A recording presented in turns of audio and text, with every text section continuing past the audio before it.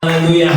Kami percaya nama-Mu kudus Tuhan. Engkau bertata atas pujian dan penyembahan kami. Engkau bertata juga atas tempat ini Tuhan. Engkau menguasai ruangan ini Tuhan. Kami rindu Kau protek terus kami dengan kuasa darah-Mu, sehingga tidak ada serangan-serangan kuasa kegelapan, roh-roh jahat yang ingin menghancurkan hidup kami melalui apapun yang ingin merusak hidup kami. Karena kami tahu bahwa pencuri datang ingin mencuri, membunuh dan membinasakan, tetapi Yesus Kristus datang untuk memberikan hidup yang berkelimpahan.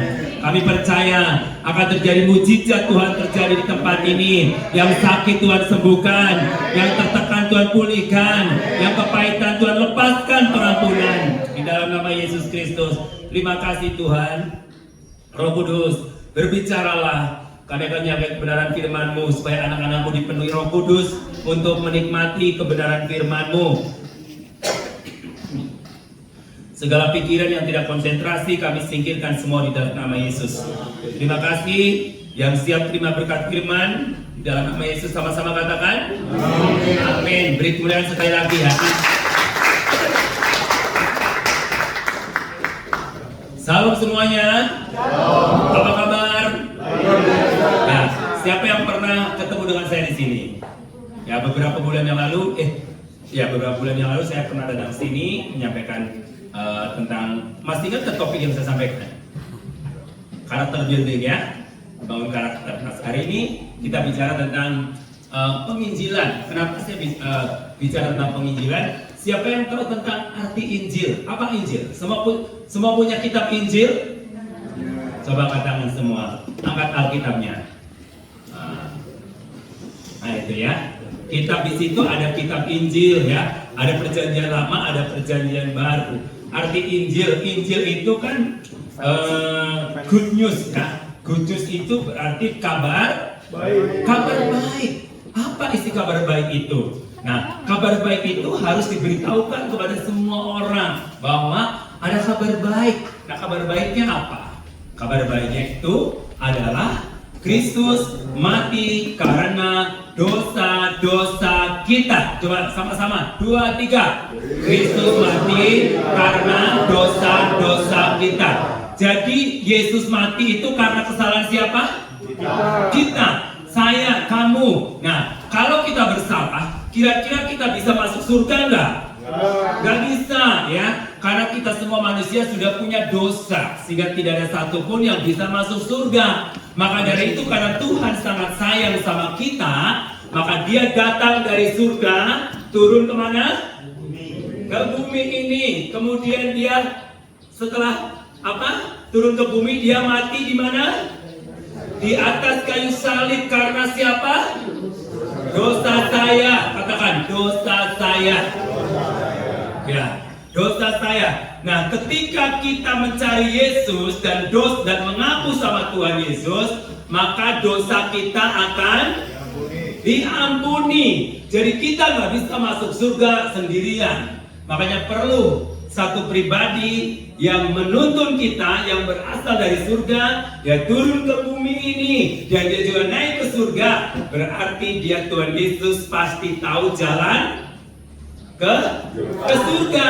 Jadi dia nggak mungkin menyesatkan kita ya. Maka dari itu, kalau kamu percaya Yesus, berarti pasti kalau kamu mati dipanggil Tuhan, pasti engkau masuk surga. Amin. Nah, amin. Siapa yang yakin kalau seandainya tiba-tiba dipanggil Tuhan masuk surga, angkat tangan. Nah, semua ya. Nah, kenapa?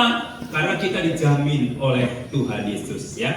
Tuhan Yesus berkata, Akulah jalan, kebenaran, dan hidup. Tidak ada seorang pun yang datang kepada Bapa kalau tidak melalui Aku. Ya, oke. Jadi siapa yang bicara itu? Yesus Kristus yang bicara kepada siapa? Murid-muridnya. Nah, termasuk kepada siapa sekarang? Saya. Coba sebut namanya. Saya kan Yeremia. Termasuk kepada siapa? Yeremia. Ya. Termasuk pada siapa? Oke. Maaf ya, saya batuk.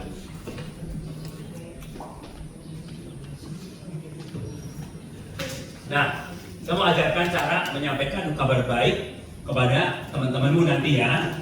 Setelah keluar dari sini, kamu harus punya komitmen sama Tuhan. Aku keluar dari sini mau memberitakan kabar baik. Siapa yang siap jadi penginjil di sini? Angkat tangan. Siapa yang siap memberitakan kabar baik setelah keluar dari sini? Angkat tangan. Ya, kemanapun kamu nanti pergi ataupun keluar dari tempat ini, nggak mungkin dong mau di sini terus.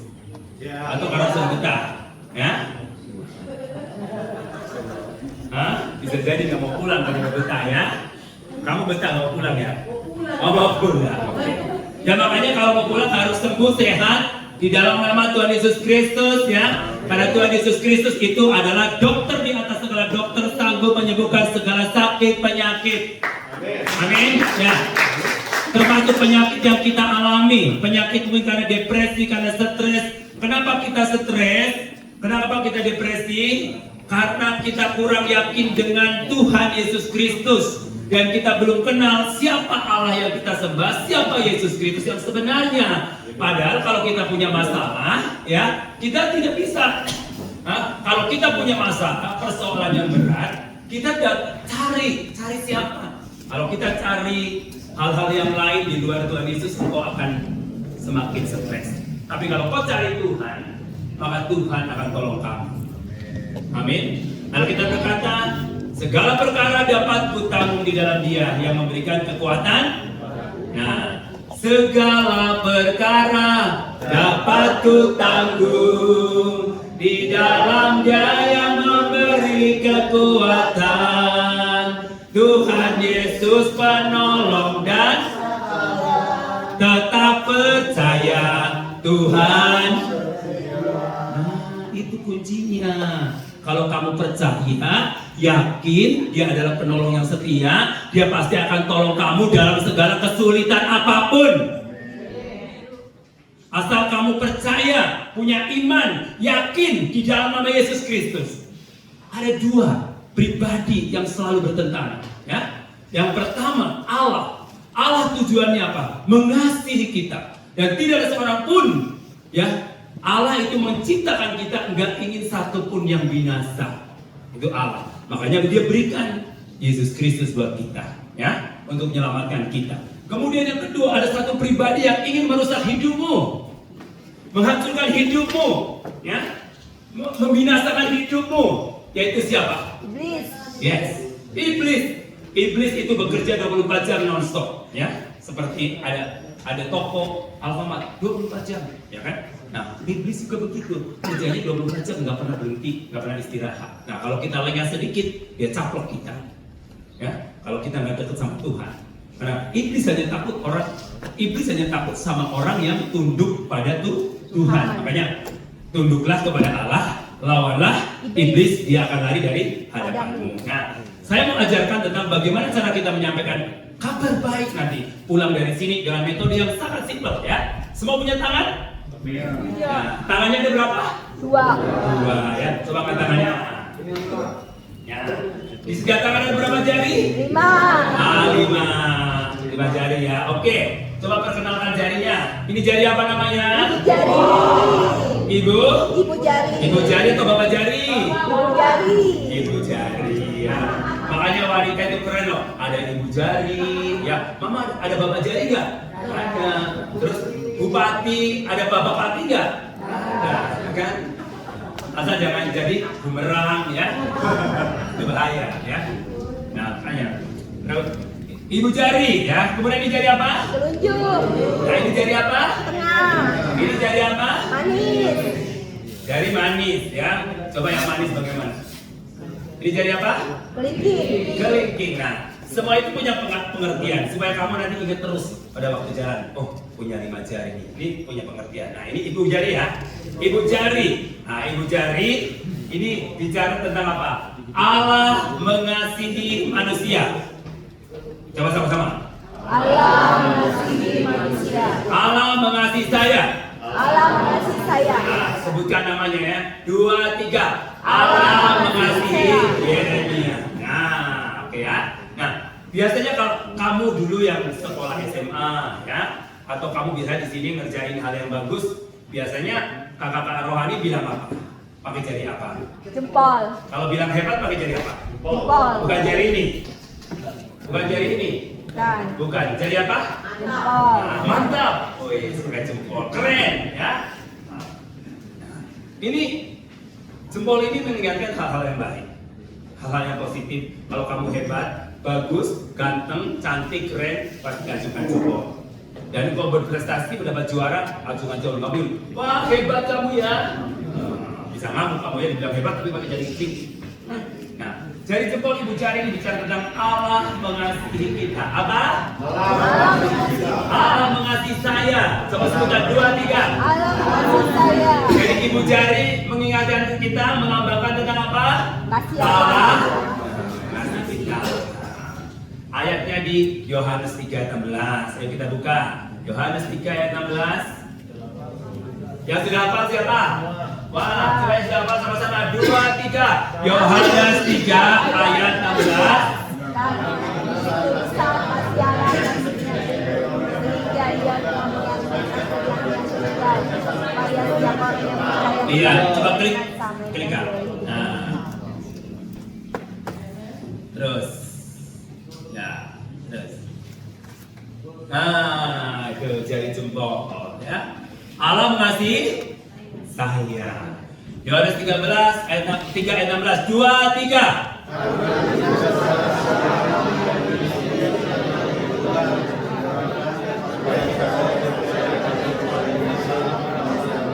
Nah, bukti Allah mengasihi kita dinyatakan dengan apa? Memberikan anaknya yang tunggal. Siapakah anak yang tunggal itu? Nah, Yesus Kristus. Nah, dia anak yang tunggal diberikan untuk manusia sebagai bukti dia sangat sayang sama kita. Dia sayang sama kamu. Dia cinta sama kamu.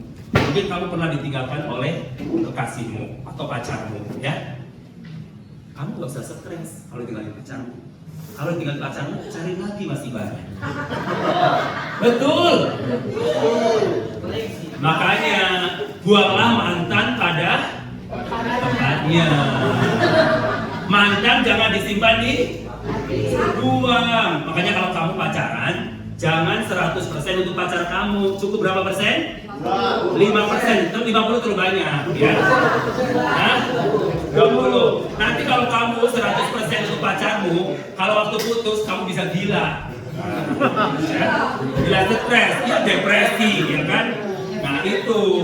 Nah, 100% hanya untuk Tuhan Yesus. Karena Tuhan Yesus itu sayang sama kamu, Ibu. Amin. Dia cinta sama kamu, dia rela memberikan hidupnya, nyawanya, ya. Begitu besar cintanya sama kita sehingga dia rela berikan hidupnya, nyawanya. Untuk apa? Supaya kamu gak binasa, tapi beroleh hidup yang tahu hidup kekal? Apa arti hidup kekal? Yes. Hidup kekal berarti kehidupan bersama dengan Allah di surga selama-lamanya. Amin. Ya. Oke. Begitu besar dia kasihnya, berarti kasih Allah itu tidak terhingga. Meskipun kamu sudah berbuat dosa, kamu melakukan pelanggaran, melakukan kesalahan, statusmu tetap anak Tuhan. Amin. Karena dia cinta sama kalian. Makanya cintanya dia sama kita jangan kita sia-siakan. Kita maksimalkan sedemikian rupa apa yang harus kita kerjakan sebagai kita rasa syukur kita Tuhan sudah mengasihi kita. Makanya keluar dari tempat ini kamu harus punya tekad dan iman. Aku akan beritakan Injil, kabar baik kepada semua orang. Amin. Oke, lanjut. Allah adalah kasih. Coba. God love me. 2, 3. Yes, ya. Dia sangat sayang sama kita. Ya, dia peduli sama kita. Dan dia bilang, aku sekali-kali tidak akan pernah tinggalin kamu. Dan aku sekali-kali tidak akan pernah membiarkan kamu sendiri. Mungkin papa mama kamu nggak bisa terus-menerus bersama-sama kamu. Betul? Mungkin kakak kamu, saudara kamu, teman terdekat kamu tidak bisa bersama-sama dengan kamu selamanya. Tapi Yesus dia selalu hadir dalam hidupmu. Jika kamu saat ini mengalami tekanan, mengalami masalah, kamu datang pada dia. Dia adalah sahabat yang sejati. Dia sahabat yang tidak pernah tinggalkan kita. Makanya aku percaya banget dengan Yesus. umur 18 tahun, saya baru terima Tuhan Yesus Kristus sebagai Tuhan dan Juru Selamat. Dan sampai hari ini, saya tidak akan pernah tinggalkan Yesus. Sekali Yesus, tetap Yesus. Sekali Yesus, selamanya Yesus. Harapanku tak akan hilang, karena kasih-Nya sekarang ku ada. Oh Yesusku, ku cinta Kau selamanya. Jadi sekali Yesus tetap, sekali merdeka tetap. Ya. Oke, lanjut. Amin. Oke. Nah, ini jadi apa? Nah, biasanya kalau kamu berbuat salah, berbuat dosa, ditunjuk pakai apa? Oh, jadi ditunjuk. Wah, kamu yang berbuat salah ya, kamu yang nakal ya, kamu yang jahat ya, nggak mungkin dong. Kamu yang jahat ya kan? Pasti pakai jari telunjuk. Nah, jari telunjuk itu mengingatkan bahwa semua manusia sudah berdosa, termasuk siapa? Saya. Oke, ya. Coba baca sama-sama itu. Arti jari telunjuk mengingatkan pada kita adalah manusia berdosa. Dan manusia tidak bisa menyelesaikan dosanya sendiri. Ya. Jadi jari telunjuk itu mengingatkan kita bahwa saya manusia berdosa. Dan manusia berdosa tidak bisa menyelesaikan dosanya sendiri. Ya. Jadi tidak ada manusia satupun yang tidak berdosa. Oh, pintar itu ya. Ibu siapa namanya? Dina. Ibu Dina luar biasa. Dina 5 juta. Oh, juta bentar, ya kan? Bela yang benar, ya kan? Jadi Ibu 5 juta sudah namanya ya. Nanti keluar dari sini berani membela yang benar. Oh, memberikan aja. Apa itu? Oke, kita baca alamatnya ya. Roma 3 ayat 23. Roma 3 ayat 23. Karena semua orang telah berbuat dosa dan telah kehilangan. Nah, karena semua orang telah berbuat dosa. Kalau kata semua orang berarti termasuk siapa? Ya, kehilangan kemuliaan Allah. Tahu arti kehilangan kemuliaan Allah? Nah, ingat dulu waktu Adam dan Hawa, ya, ingat cerita Adam dan Hawa. Pada waktu ada ular, iblis yang menggoda Adam dan Hawa. Nah, kenapa waktu itu jatuh dalam dosa Adam dan Hawa? Coba kalau Adam dan Hawanya waktu itu orang Manado, pasti nggak jatuh dalam dosa ya? Pasti ularnya dimasak rica-rica. Ya dibikin saksang kalau orang Batak ya. Orang Manado bikin rica-rica ya. Nah, Hawa lebih mendengarkan iblis, bukan mendengarkan Tuhan. Makanya dia kompromi dengan iblis. Ketika kompromi dengan iblis, dia jatuh dalam dosa. Ketika jatuh dalam dosa, sama Tuhan diusir dari taman, keluar dari taman Eden. Nah, akhirnya bumi dikutuk sama Tuhan. Jadi setiap orang yang mau cari uang harus bekerja keras gitu. Untuk menanam untuk hasil mendapatkan panen, dia harus nanam dengan cangkul dan sebagainya. Kalau dulu sebelum jatuh dalam dosa, semua disiapin oleh Tuhan, ya, disiapin di taman Eden itu. Hanya satu yang nggak boleh dimakan, itu buah pengetahuan baik dan jahat. Tapi dasar manusia suka serakah, ya. Pengen udah dikasih, cuma dilarang satu aja nggak boleh dimakan, masih tetap penasaran. Biasanya kalian itu ya, kita manusia kadang-kadang udah dilarang sama Tuhan, suka maksa, ya, betul nggak? Udah dilarang sama Tuhan, masih kita mau ambil, kita makan, kita minum, kita nikmati. Padahal itu dosa. Tapi kita lupa akan janji Tuhan. Jadi lebih enak berbuat dosa. Yang setelah berbuat dosa merugikan kita. Betul? Ya. Nah, dosa itu memisahkan hubungan kita dengan Tuhan. Nah, Tuhan mau datang kepada manusia, mau datang kepada Tuhan, tetapi ada penghalang, yaitu yang namanya dosa. Jadi dosa itu harus disingkirkan, dosa itu harus diselesaikan. Kalau tidak diselesaikan, upahnya apa? Maut. Coba baca sama-sama. 2-3. Roma 6 ayat. Sebab upah dosa. Kurang kompak. 2, 3. Bacanya nggak usah kayak mau kejar-kejar mau cari dukun ya. Kayak mau melahirkan dukun beranak, cari dukun beranak. Ya, dengan hikmat dan kebijaksanaan ya dalam permusyawaratan dan perwakilan. Jadi jangan buru-buru ya. Firman Tuhan kita nikmati kita makan sambil makan. Kalau buru-buru nanti kesel. Sampai kalian kalau makan buru-buru langsung kesel di sini ya kan? Seret nyangkut. Oke. 2, 3. Roma ayat 23. Sebab saya mau, tapi karunia Allah yang kekal dalam kita. ya. Jadi nih, satu bicara dosa. Dosa itu kalau tidak diselesaikan upahnya tahu nggak maut? Neraka, pintar Bapak. Maut itu berarti kematian di neraka untuk selama-lamanya terpisah dengan Tuhan Yesus. Siapa yang mau terpisah dengan Tuhan Yesus? Siapa yang mau di neraka selama-lamanya? Jangan dong ya, jangan dong hepeng. Ya, jangan dong pokoknya. Gak ada yang mau, ya gak ada yang mau. Neraka itu tempatnya iblis ya dan pengikut-pengikutnya. Kamu kan bukan pengikut iblis, kamu adalah pengikut Tuhan Yesus, ya kan? Ya. Terus kalau dosa itu diselesaikan tadi upahnya adalah maut. Tetapi karena Tuhan sangat cinta sama kita, maka dikatakan apa? Iya, tetapi jadi ada perlawanan, ada perbedaan. Jadi kalau upah dosa maut, tetapi kasih karunia Allah adalah hidup yang kekal. Coba nih, saya pengen peragain ya 3 anak cowok deh, ya maju ke depan 3 orang ya. Coba yang pakai baju dapat cepat. Ayo, yang ganteng. Kan cowok kan ganteng, masa cowok cantik, ya kan? Ayo, kamu juga. Satu lagi, maju ke depan. Di sini. Ayo, relawan. Oke, udah kamu aja. Ya,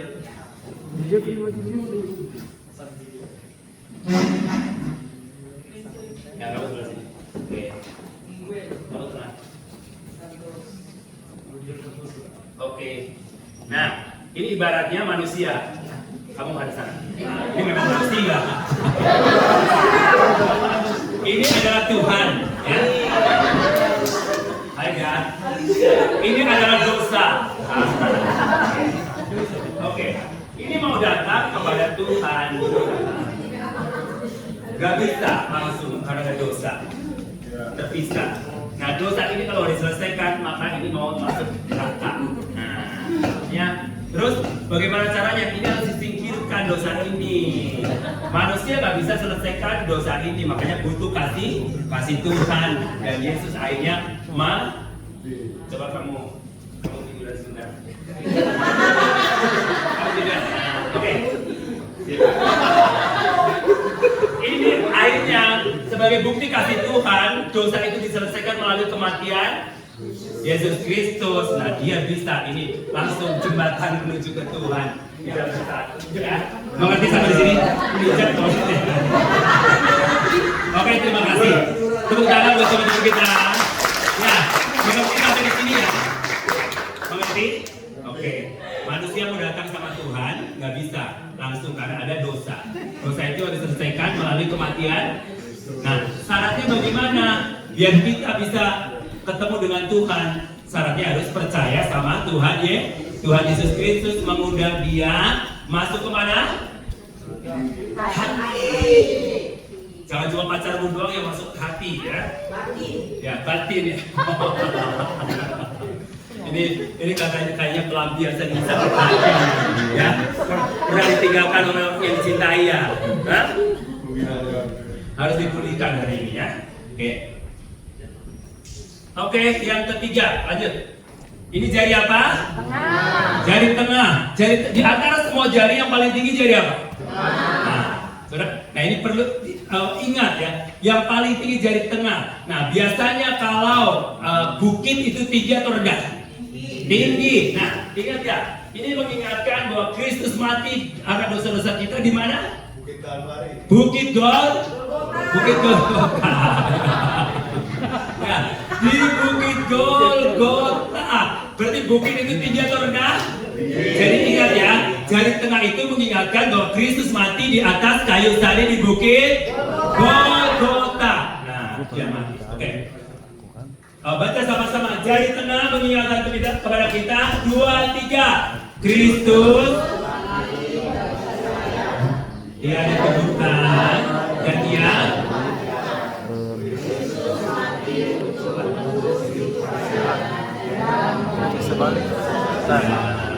itulah yang disebut anugerah. Yesus Kristus nggak berbuat salah. Yesus Kristus nggak berbuat jahat, ya. Dia nggak konsumsi narkoba, enggak. Dia nggak bunuh orang, tidak, ya. Tapi dia mencuri, tidak. Tapi dia mau tanggung kesalahan kamu. Nah, itulah kasih, ya. Coba, ini kamu teman dekat nggak? Ini bertiga. Teman ya, berteman kenal? Oke. Nama kamu siapa? Viriana, kamu? Yani. Ibu Yani. Viriana itu berbuat salah nih, misalkan mencuri, mau dihukum nih. Ibu Viriani mau nggak tanggung hukuman Viriana? Ibu? Enggak kan? Kenapa? Iya, berarti ibu siapa namanya? Ibu Yani berarti normal, ya? Dia kalau nggak normal pasti mau tanggung dia. Makanya Yesus itu abnormal, kasih itu abnormal di atas rata-rata, ya. Mana ada manusia yang mau tanggung kesalahan temennya? Ada nggak? Di sini ada yang mau tanggung kesalahan temennya? Tidak ada, karena semuanya normal, ya, sehat normal. Nah, Yesus bukan berarti gak sehat. Yesus kasihnya itu adalah kasih di atas rata-rata, yaitu kasih agape. Seperti yayasan ini kan namanya Yayasan Pelayanan Agape. Kasih Allah, kasih yang benar-benar memberikan hidupnya untuk manusia berdosa yang sebenarnya manusia itu nggak layak untuk dikasihi, nggak layak untuk diselamatkan. Tapi karena cintanya begitu besar Tuhan Yesus kepada kita, maka Dia rela memberikan nyawanya, hidupnya untuk saya dan saudara, supaya kamu nanti yang mati terhadap dosa tidak mati lagi, karena udah terima Tuhan Yesus sebagai Tuhan dan Juru Selamat pribadi. Nah, ingat, jadi telunjuk ingat apa? Kristus mati bagi saya, terus Dia dikuburkan, dan pada hari ketiga Dia, terus untuk menebus dosa saya. Nah, pokoknya itu seputar penebusan, ya. Nah, ayatnya di mana? 1 Korintus 15 ayat 3. Ayo baca sama-sama, berdirilah, biar ayo berdiri semua, pakai berdiri, baca yang keras dan tegas, ya, baca firman Tuhan. 2, 3, 1, kurang kompak. 2, 3.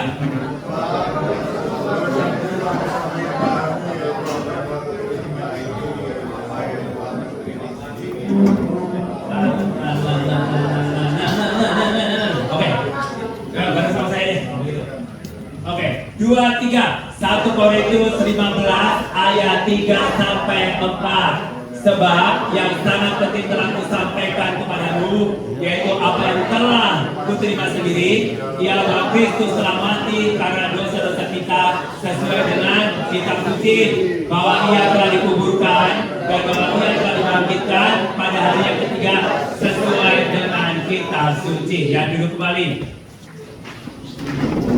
Jadi Kristus mati karena dosa-dosa kita, Dia dikuburkan, dan pada hari ketiga Dia bangkit sesuai dengan apa? Kitab suci, sesuai dengan Alkitab, sesuai perkataan Tuhan. Jadi bukan omongan saya, bukan omongan pendeta, bukan, tapi omongan kitab suci yang terdapat di dalam 1 Korintus 15 ayat 3 sampai 4. Paulus berkata kepada jemaat Korintus, sebab yang sangat penting telah kusampaikan kepadamu, yaitu apa yang telah kuterima. Jadi Paulus sampaikan kepada kalian semuanya di agape ini, bahwa ini berita yang sangat penting. Kenapa sangat penting? Paulus, saya sudah terima berita itu, bahwa Kristus mati karena dosa-dosa saya.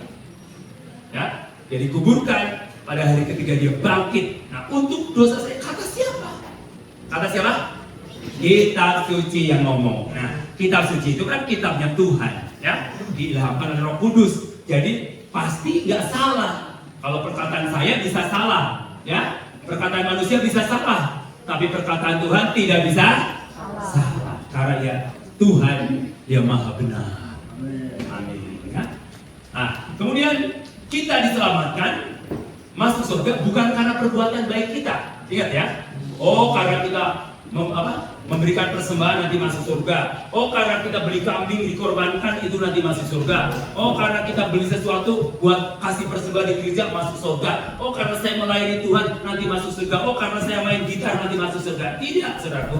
Keselamatan itu adalah kasih karunia, grace, anugerah. Anugerah itu satu pemberian dari Tuhan kepada kamu yang sebenarnya kamu itu nggak layak untuk terima. Saya itu nggak layak untuk terima anugerah itu. Saya nggak layak masuk surga, nggak layak. Tapi karena Tuhan sayang sama saya, maka Dia melayakkan kita dengan cara apa? Yesus mati di atas kayu salib untuk menanggung dosa kita. Nah, setiap orang yang percaya kepadanya tidak binasa, mereka beroleh hidup yang kekal. Jadi keselamatan itu dari apa? Anugerah, kasih karunia. Jadi kita tugasnya apa, saudaraku? Misalkan nih, Ibu Yani, kalau Ibu Yani misalkan ini anggap aja ini kado ya, hadiah. Ibu Yani ulang tahun. Nah, kalau dikasih kado ini Ibu Yani sama teman, kira-kira tugas Ibu Yani apa? Hah? Apakah kadonya jalan sendiri? Nah, terima. Nah, ketika Bu Yani terima, apakah Bu Yani bayar ke yang ngasih kadonya? Tidak. Bu Yani bilang apa kan? Thank you Lord, terima kasih. Mungkin Cici lah, Dede lah, atau Papa, atau Mama, atau teman terbaikmu yang memberikan kado itu. Tugas kita hanya menerima. Dan setelah menerima, mengucapkan yes. Nah, tugas kita sekarang setelah Yesus mati dan terjauh salib, supaya kamu masuk surga, tugasnya adalah percaya dan menerima saja, mengundang Dia masuk ke dalam hati kita. Nah, setelah diterima, kan kita udah diselamatkan. Kita bilang apa sama Tuhan? Terima kasih. Nah, terima kasih sama kita sama Tuhan diwujudkan dengan kita suka baca kitab suci, terus doa tiap hari, beribadah, berbuat baik, ya, menolong sesama yang susah, yang kesulitan. Kamu di asrama kalian semua ini menolong yang sulit. Jadi kita hidup tidak boleh egois, yang mementingkan diri sendiri. Karena Tuhan sendiri tidak pernah mementingkan diri sendiri. Yang memberikan hidupnya karena Dia sayang sama kalian semua, ya. Oke, Efesus 2 ayat 8-9 kita baca sama-sama ya. 2, 3. Efesus 2 ayat 8-9. Sebab karena kasih karunia kamu diselamatkan oleh iman. Itu bukan hasil usahamu, tetapi pemberian. Ya. Terus itu bukan hasil pekerjaanmu. Jangan ada orang yang memegahkan diri. Jadi kalau kamu sudah yakin diselamatkan karena Yesus, itu bukan hasil usahamu, pekerjaanmu, tapi pemberian, gift dari Tuhan semata-mata. Ya. Terus kemudian setelah kita diberikan keselamatan itu, kita nggak boleh sombong, nggak boleh egois. Oh, merasa aku sudah jadi anak Tuhan, jadi sombong. Tidak, Tuhan tidak suka dengan itu. Makanya apa? Kita jangan memegahkan diri karena keselamatan yang sudah kita miliki, tapi kerjakanlah keselamatanmu dengan takut dan gentar. Itu apa? Tunduk dan taat pada Tuhan. Itu saja kuncinya. Kalau hidup kamu mau sukses, kalau kamu mau sembuh, kalau kamu mau dipulihkan, percaya 100% pada Yesus. Amin. Ya, pasti kamu sembuh. Pasti kamu bebas. Karena Dia adalah dokter di atas segala dokter. Ingat orang gila yang di Gerasa? Ya, ingat ya. Pada waktu itu dia kemasukan legion, artinya berarti berjuta-juta iblis yang ada dalam tubuhnya. Pada waktu bertemu dengan Yesus, dia ketakutan. Yesus, jangan aku dimasukkan, binasakan kamu musnahkan. Yesus lihat 2000 ekor babi. Nah, kemana dia harus? Nah, pilih mana? Pilih 2000 ekor babi atau satu orang gila? 2000 ekor babi. Kalau kamu pilih mana? Suruh pilih orang gila atau 2000 ekor babi? Orang gila. 2000 ekor babi kan? Kali 5 juta 10 miliar. Hepeng banyak ya. Bisa beli sesuatu. Tapi Tuhan tidak. Tuhan pilih apa? Orang gila. Kenapa? Karena satu jiwa berharga di mata Tuhan. Amin. Ini lebih dari satu jiwa. Ada 90 jiwa di tempat ini. Dan itu sangat berharga, kau berharga di mata Tuhan. Maka Dia rela memberikan hidupnya untuk kamu. Dia karena kamu sangat berharga. Coba tengok kiri kananmu, kamu sangat berharga. Kamu sangat berharga. Kamu sangat istimewa. Kamu sangat istimewa. Kamu sangat istimewa. Kamu di tempat ini, Kamu kamu sangat sangat berharga. Jadi jangan pernah ada orang, kalian jangan pernah merasa aku nggak berharga lagi, aku sampah masyarakat, nggak berguna di dekat keluarga aku, nggak berguna, aku udah mau mati saja kalau begitu. Tidak, karena Tuhan mau menerima kamu apa adanya. Amin. Tuhan nggak pernah melihat penampilan fisikmu, tapi Tuhan melihat hatimu. Amin. Berikan hatimu untuk Tuhan. Siapa yang membuka hati hari ini mengundang Tuhan Yesus? Amin. Siapa yang memberikan hatimu untuk Tuhan Yesus? Lihat, kita bergerak terus lagi. Terus. Oke, jari apa lagi? Manis. Biasanya kalau papa mama kita pakai cincin di jari apa? Manis. Tahu cincin? Ya, ini lambang pernikahan. Cincin itu bulat atau kotak? Bulat. Tidak ada terputus. Artinya adalah ada persekutuan, ada ikatan. Cincin artinya cinta sama cinta. Nah, kamu jatuh cinta sama Tuhan Yesus? Amin. Nah, kita ikatan perjanjian dengan Tuhan Yesus. Dan dia undang dia untuk masuk dalam hatimu. Dan sekarang Yesus, nah ini ya, ketika jari manis bicara tentang apa? Saya menerima. Nah, siapa yang menerima dia? Siapa yang menerima Yesus? Angkat tangan. Ya, oke. Nah, wahai ini Yohanes 1, ayo baca 2, 3. Yohanes 1 ayat 12. Tetapi menerimanya diberinya kuasa supaya menjadi, yaitu mereka yang percaya dalam namanya. Tetapi semua orang yang menerimanya diberinya kuasa. Tahu kuasa? Otoritas, power, ya. Misalnya kamu jadi pemimpin di sini, ketua kelas, tolong bersihkan. Nah, otoritasnya minta tolong kepada anggotanya karena punya otoritas. Misalkan kakak-kakak pembina, dia punya otoritas di sini untuk apa? Membangunkan saudara. Masih tidur jam 5 pagi harus bangun, digedor-gedor, disiram pakai air, ya. Kalau ngebangun, nah itu otoritas. Nah, kita diberikan otoritas, power dari Tuhan sebagai anak-anak Allah. Karena kita menerima Yesus, diangkat menjadi anak Allah. Wah, senang nggak diangkat menjadi anak Allah? Senang. Wow, dijadikan anak bupati itu udah seneng ya. Anak angkat bupati, wah fasilitasnya, ada pengawalan dan sebagainya. DPR. Oke, nah Wahyu 3:20. Oke, mari kita baca sama-sama. 2, 3. Wahyu 3 ayat 20. Lihat, aku berdiri di muka pintu dan mengetok. Jikalau ada orang yang mendengar suaraku dan membuka pintu, aku akan masuk mendapatkannya dan akan makan bersama-sama dengan dia dan dia bersama-sama. Oke, nah saya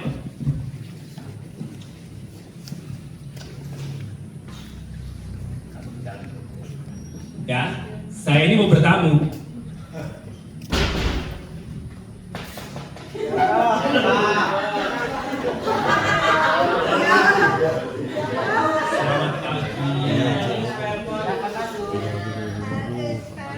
Terima kasih. Saya bertamu. Siapa namanya? Yodi. Ini rumahnya Yodi. Saya bertamu ketok-ketok. Kalau seandainya Yodi nggak bukakan saya, apakah saya bisa masuk? Tidak. Kalau saya paksa gedor, dibilang apa? Maling, pencuri, perampok, ya betul nggak? Jadi yang izinkan membuka, saya bisa masuk kalau tuan rumah. Ya, tadi Yodi bukain pintu saya baru bisa masuk. Sekarang Tuhan Yesus sedang berdiri di buka pintu hatimu. Lagi ngetok pintu hatimu. Yang berhak bukain siapa? Yes. Diri sendiri. Bukan Tuhan Yesus. Tuhan Yesus mau masuk ke hatimu kalau kamu mau bukain. Mau nggak hatimu untuk Yesus? Mau berapa persen? 100%. 100% untuk Jesus. For Jesus 100%. Karena dia adalah segala-galanya. Dia bisa menolong. Mungkin nggak kelihatan, tapi kuasanya nyata. Makanya kenapa saya pilih Yesus? Karena Yesus dia adalah Tuhan satu-satunya dan Juru Selamat satu-satunya. Amin. Oke. Jadi siapa yang mau undang Tuhan Yesus hari ini? Angkat tanganmu. Mari kita bagi diri semua. Dan ikuti doa saya. Ikuti doa saya. Nah, Semua tutup matanya, ikuti doa saya. Pak, jadi kelingking apa, Pak? Tuhan Yesus, saya percaya bahwa Tuhan Yesus Kristus mati di atas kayu salib untuk menanggung dosa saya. Tuhan Yesus, saya menyadari bahwa saya manusia berdosa. Saya pernah berbohong, saya suka tidak tepat janji, bahkan mungkin saya pernah menipu orang, bahkan mengambil barang milik orang lain. Tuhan Yesus, semua itu dosa. Dan saya mengaku kepada Engkau, ampuni dosa saya dan kesalahan saya. Tuhan Yesus, saat ini saya membuka pintu hati saya, mengundang Tuhan Yesus masuk ke dalam hati saya, menjadi Tuhan dan juru selamat saya mulai hari ini sampai selama-lamanya. Di dalam nama Yesus saya berdoa. Haleluya. Amin. Oke, silakan duduk. Tepuk tangan untuk Yesus Kristus.